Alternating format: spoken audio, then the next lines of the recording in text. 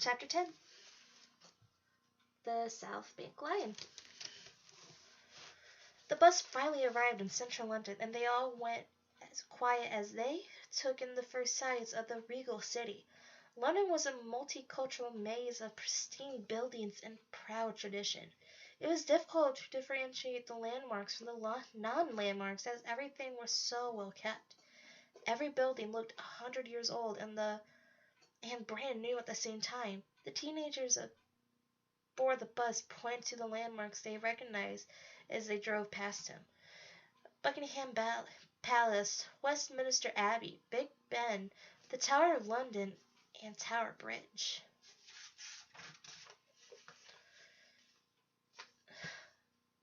This is the most proper place I've been in my life, Connor Nitchbury.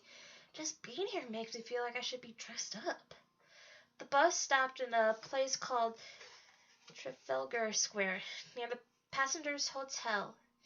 The square was filled with tourists taking photos of the impressive statues and fountains in front of the National Gallery, which stretched across the back of the square like a grand backdrop. The teenagers raced off the bus to be amid the tourists outside, and Connor exited with them. Once they were on the streets, the first thing Connor did was find an ATM. "Forgive me, Bob," Connor said as he looked down at the credit card Bob had so kindly given him. He stuck into the machine and took out the maximum amount of pounds and the maximum amount of transactions it would allow at a time. "That's a lot of money in any country," Bree said. She covered him from any onlookers as he stuck the money in the pockets of his jacket and pants and then put the rest of it in his suitcase. "But it's smart of you to take out a bunch of cash so no one can use your transactions to trace you. They do that to find suspects in the crime books I read." "Oh, I never thought about that," he said with a shrug. "I just took out as much as I could because it was my first time using an ATM." The first thing Connor bought was a map from the street merchant. He opened it up and scanned the tiny print depicting the streets and attractions around them. "There's one," he said happily, pointing at something on the map. "What are you looking for?" Bree asked him. "A library," Connor said. "We'll go to the library and look up where to find the Red Lion Brewery." "Are you sure you don't want me to look it up on the internet with my phone?" Bree asked. Since Connor had never had a smartphone before, he hadn't considered this possibility. "No, I don't trust those things," he said. "I'd rather do it the traditional way. We're in London, after all." "Suit yourself," Bree said. They followed the map a few blocks west to the closest library, which was tucked away in the corner of St. James Square. Connor and Bree walked up the steps and pulled open its wooden doors. Connor had always found libraries intimidating, and the feeling was heightened by the sight inside one in another country.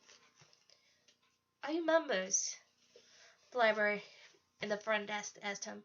She glared at them over her thickened framed glasses. Carlo always thought librarians could read minds and was afraid that this one was going to prove his theory correct. "No, but we're interested in joining," Bree said calmly. "May we have a look around?" The library granted her request with a gesture for them to continue inside.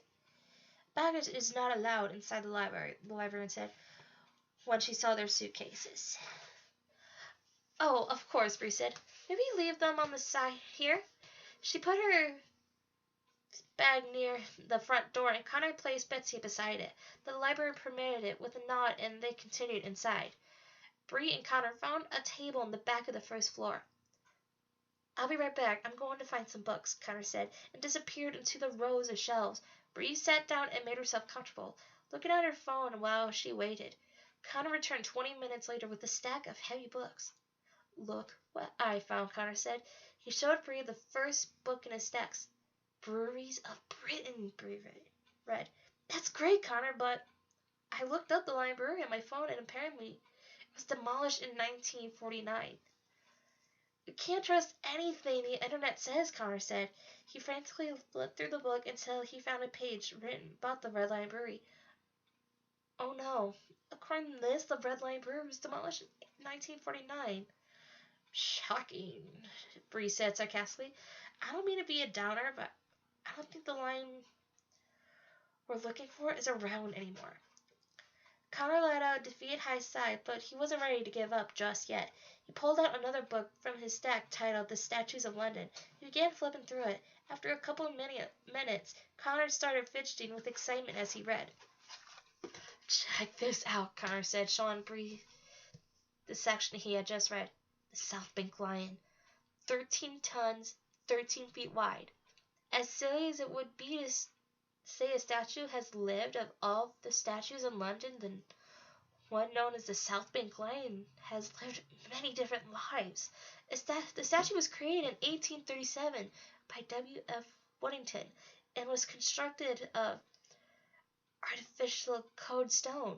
The lion lived his first life as a symbol, guardian of the Red Lion Brewery facing the River Thames in Lambeth, London.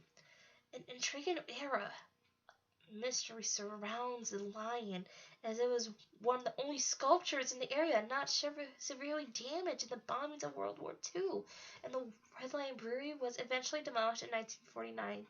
The lion was recovered from the demolition completely unscratched.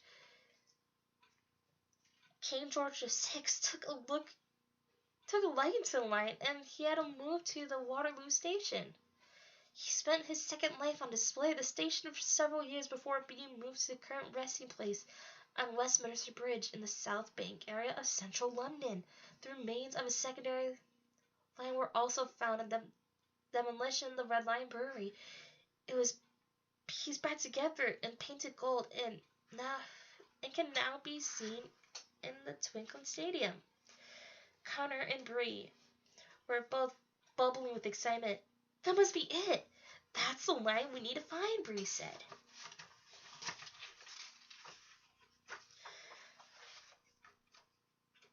Connor looked over the map at all the bridges crossing over River Thames. I found Westminster Bridge, he said. It's right by Big Ben and it's walking distance from here. Great, Bree said. Let's go see the lion. Duo finished in the library just before wearing out their welcome. They collected their luggage and walked briskly through St. James Square and followed the map Westminster Bridge. They passed countless statues and sculptures of lions as they went, each looking more regal and ferocious than the last one. Connor grew anxious thinking about meeting the 13-ton, 13-foot-long South Bank lion. He hoped the lion wouldn't be too frightening to approach. Enchanted objects were always unpredictable. Westminster Bridge began at the House of Parliament at the base of Big Ben and stretched across River Thames to just below the giant Ferris wheel known as the London Eye. The bridge was busy with hundreds of tourists and citizens alike. Multitudes of cars and red double-decker buses continuously drove across the bridge as well. Connor and Bree reached the end of the bridge and looked across the street. In the midst of the pedestrian chaos just below the towering London Eye, they found the South Bank lion. He was massive and pale gray and stood on top of the tall pedestal. Something about him was different from the other lions they seen in the city. Connor and Bree picked up on it as soon as they laid eyes on him. Rather than a vicious and threatening scowl on his face, the South Bank lion had a genuinely concerned expression. His eyes were wide and his mouth was open. That's gotta be him, Connor said. What makes you so sure? Bree said. Because I make that face whenever Mother Goose tells me a secret too, Connor said. Bree looked around in the crowds. Are we supposed to walk over there and talk to him in front of all these people? She asked. No, we'll have to come back later when they're all gone, he said. We might have to wait until after midnight. They left the bridge and got a bite to eat at a local pub. Bree insisted they have an authentic English experience and forced Connor to order fish and chips with her. After they were done eating, they camped out in the St. James Park and waited until after nightfall before returning to the bridge. They lingered across the street from the South Bank line until the traffic of cars and people were almost non-existent. Then they crossed the street and stood directly below the lion. Say something to him, Bree said. She nudged Connor. What am I supposed to say, he asked. I don't know. Are you used to these kind of things? Enchanted statues in the middle of crowded cities? No, I can't say I'm an expert, he said. I have faith in you, Bree smiled at him. Her smile made his rosy cheeks a bit rosier. He figured he had nothing to lose, so Connor took a deep breath and addressed the line like he would anyone else. Hello up there, he called. I don't mean to disturb you, but my friend and I were wondering if we could speak to you. The lion didn't say a word or move an inch. There was nothing to indicate Connor was anything but a crazy person talking to a statue. You must be exhausted, Connor called. You've been on your feet like, what, a century and a half? Buttering up the statue didn't help. Knowing what an idiot he must look like talking to the statue didn't help matters either. So, you like London, Connor? We just got here today. Whoa, what a neat place. Bree grew impatient with both of them and stepped closer to address the lion herself. Listen, pussycat, she hissed. We've got questions for you. We know you can talk. We know you're friends with Mother Goose, and we're not leaving here until you give us what we need. What are you doing? Connor whispered. You think he's gonna talk to us if you treat him like that? We're playing good cop, bad cop, she whispered back. Trust me, it works every time I cry in novels. Connor rubbed his fingers through his hair, convinced his strategy was a dead end, but when he looked back in the line, he could have sworn his face had changed. He looked more concerned. Bree, do you notice anything different about the lion? He whispered. She looked closer, and her eyes lit up. Yes. Say something else about Mother Goose, Connor instructed. I think he's afraid of her. Bree nodded and spoke to the lion again. Hey, Mother Goose told us that you would talk to us, but if you'd rather talk to her yourself, she can be here in 5 minutes.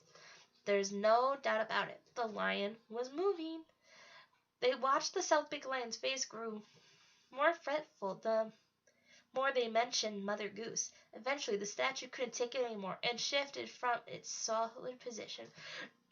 No, please don't tell Mother Goose, the lion begged, coming to life before their eyes. It startled Bree and she jumped behind Connor. It was her first magical sighting. Connor was used to seeing magic at its finest, but it never got old.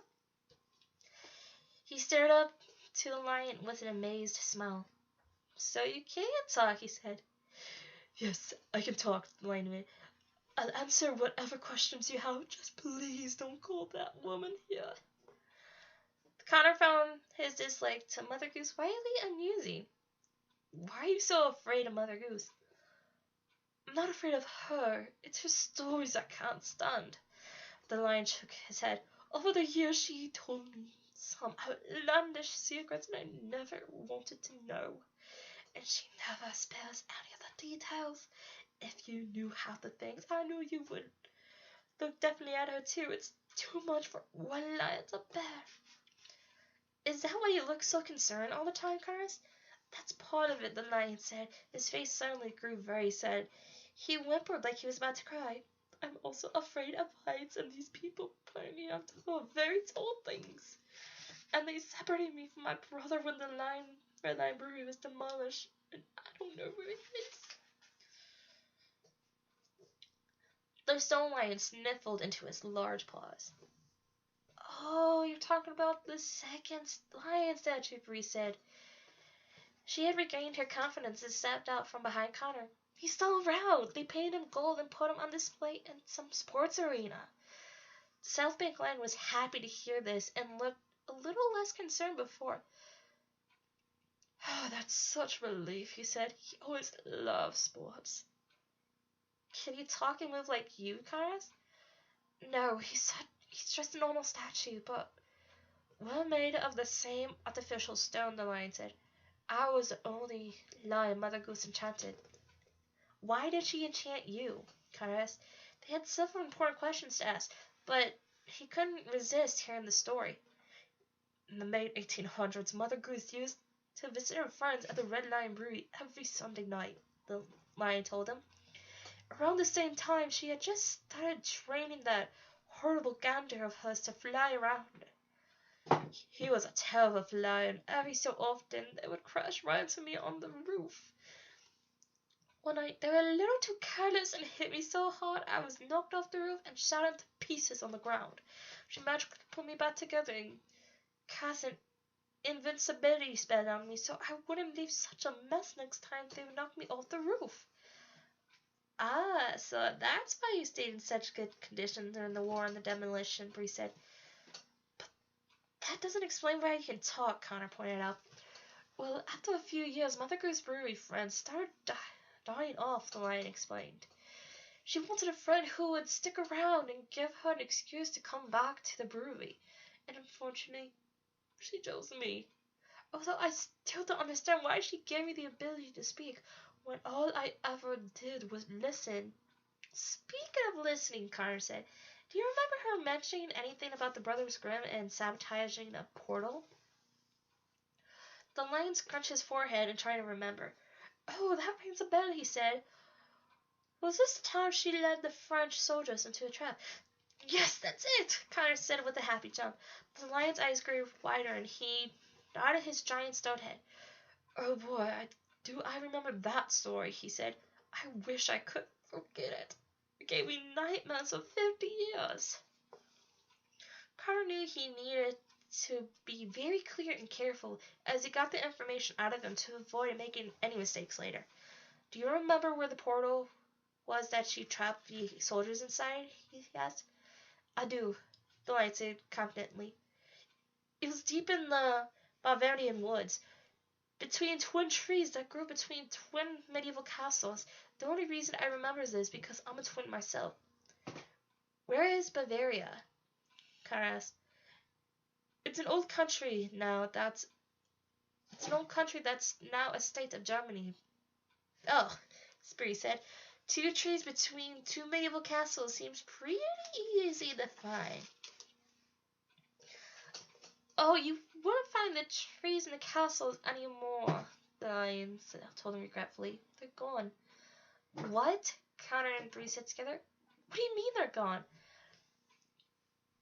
After the brothers Grimm tricked the soldiers into entering the tampered with Porto, Mother Goose grew paranoid that the soldiers would find a way out, back into this world, so she asked her friend Ludwig for a very large favor, he said. What was the favor, Connor asked. She asked Ludwig to build one of his elaborate castles on the top of the portal, so if the soldiers were ever to re-emerge from it, they might be tricked into thinking they had arrived at the fairy tale world. He built a castle for her, Connor asked in disbelief. That is a big favor. Bree gasped and clutched her hands together. Wait a second. Are you talking about King Ludwig II of Bavaria? She asked. That was the official name, I believe, the lion said. Mother Goose always just called him Ludwig or Widigi. Connor was the only one who had never heard of Ludwig. Who was he? Asked. Haven't you ever heard of the mad fairy tale king? Bree asked. Connor shook his head. He was addicted to building lavish palaces to himself, all inspired by other places he had visited around the world. Sounds like someone Red Riding Hood would be friends with, Connor said, but he dropped the subject when he remembered he was the only person there who knew her. The last home Ludwig built was for himself in Northwestern Castle, Bree instructed. It was inspired by all of his favorite childhood stories. It looks like something you find in a storybook. It's considered one of the wonders of the modern world. Wait, is? Considering the castle is still around, Connor asked. Yes, Bree said. It's easily one of the biggest tourist attractions in southern Germany. It's always been a mystery why Ludwig built the castle, but it makes sense now. But what happened to the portal? Is it somewhere inside the castle? Connor asked. I'm assuming so, but I wouldn't know, the lion said. I've lived within a 5-kilometer radius my whole life. Do you know where we can check the portal and see if it's open or not? Connor asked. Let me think, the lion said, and he closed his eyes while he remembered. Yes, the Bavarian portal is accessed when a person of magic blood plays 8 notes on a special ancient panpipe. Connor made a mental note and it is crucial information. If it has been played by someone of magic blood, then how did the brothers Grimm open in the front for the French soldiers, he asked. The lion scrunched his nose. It was the part of the story he didn't like telling. Mother Goose took a dagger and made a cut in her hand. In one of William Grimm's hand, he said. They held their hands tightly together and let some magic from Mother Goose's blood flow into his. I really wish he had kept that part to herself. The thought of blood makes me incredibly squeamish since I don't have any myself. And where can we find this panpipe, Connor asked. I believe it's with the rest of Mother Goose's other belongings. In a vault in a Monte bank, the lion said. And I only know that because she measured me one day to see if I would fit in the vault too. Thank goodness I was too big. So, where is the bank? Connor asked. Monegasco Bank means it's in Monte Carlo, Bree said. Right, Connor said. So where in Monte Carlo is the bank? The lion thought about it and seemed very disappointed when he couldn't come up when it's located. I don't remember, he said with a frown. If only my mind were as concrete as the rest of me. Thankfully, this was the only question the lion didn't have to answer to. Connor paced the sidewalk, concentrating carefully, the lion's words reminding him of something Mother Goose had said in the past. He felt he should know where the bank was. He opened the suitcase and dug around until he found his lucky poker chip from Mother Goose. He looked closely at the design. The chip was dark blue and the symbol of the houses of cards circled around the edge. A heart, a spade, a diamond, a club. But in the very center of the chip, instead of a number to mark its value, there was an image of a small golden key. I think I know where to find the vault, Connor said eagerly to Bree. What time is it? Bree looked at the screen on her phone. It's almost 4 in the morning, Bree said. Wow, time flies when you're talking to an enchanted statue. Connor looked at the lion gratefully. Thank you so much for all your help, but you have to excuse us now, he said. We have to get to the train station as soon as possible. The lion seemed sad to see them go as his face returned to its trademark concerned expression. Good luck, the lion said. And next time you see Mother Goose, please tell her I understand she's a busy woman, but there's no need to visit me ever again. Connor took off along Westminster Bridge, speed walking as fast as he could. Bree said goodbye to the South Bank lion and caught up with him. So, where are we off to next? She asked him with bright eyes.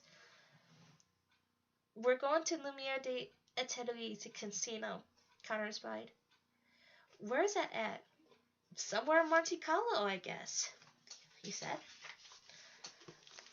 Alright, that is the end of chapter 10. Thank you so much for reading. Don't forget to subscribe if you want to hear more of the latest stories of Grimm Monte and more books to come for the future. Again, thank you so much for listening. Enjoy the read, and I hope you have a wonderful day. Bye!